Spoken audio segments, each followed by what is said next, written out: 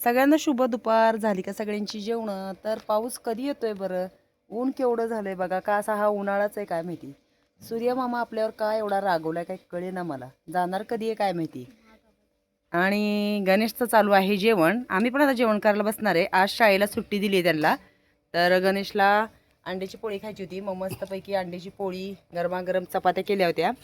भाकरी जास्त केल्या नाहीयेत कारण मामा पण जेवून गेलेत आणि एक भाकरी मामांना दुपारी जेवणासाठी ठेवली. आणि इकडे अशा छान चपात्या डब्यामध्ये ठेवल्यात. गवार केली आहे तव्यातली मस्त अशी ही गवार. कोबीची भाजी बनवली होती, एवढीच राहिली आहे. तर मस्त ही कोबीची लाल तिखटची भाजी आहे, कांदा वगैरे घालून केलेली. मी कोबी वेगवेगळ्या प्रकारात करत असते. आणि हे आमच्या आवडीचे मस्त असे भाकरीचे तुकडे. रात्रीच्या 2 भाकरी होत्या, मग त्याचे असे तुकडे केलेत. मिक्सरमध्ये बारीक केलं की छान बारीक होतं. आणि हाताने चुरून केलेलं आहे. कांदा, कोथिंबीर आणली त्या दिवशी मामाने बाजारावरनं. थोडी कोथिंबीर लावूया ते आपण धने. तर त्याच्यामुळे थोडीशी कोथिंबीर वगैरे घालून छान गरमागरम असे भाकरीचे तुकडे बनवले. तर असा आहे जेवणाचा बेत.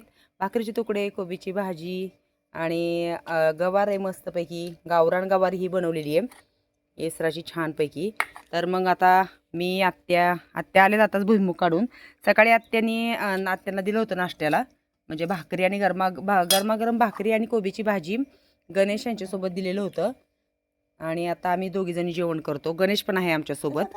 मला गाई धुवायच्या आहेत. मग आधी म्हटलं जेवण करावं आणि गाई धुवाव्या. तुमच्या खूप छान छान छान छान माझ्या व्हिडिओला कमेंट्स असतात, तर सगळ्यांना खूप मनापासून धन्यवाद. आणि आमचं पोरगा सकाळीच गेलं होतं आजोबाला मदत करायला. ड्रीप हे करायची होती, ते करण्यासाठी गेला होता. मग अजून आंघोळ वगैरे व्हायची आमच्या गणेशची. तर आता आत्या पण नंतर परत जाणार भुईमुग काढायला.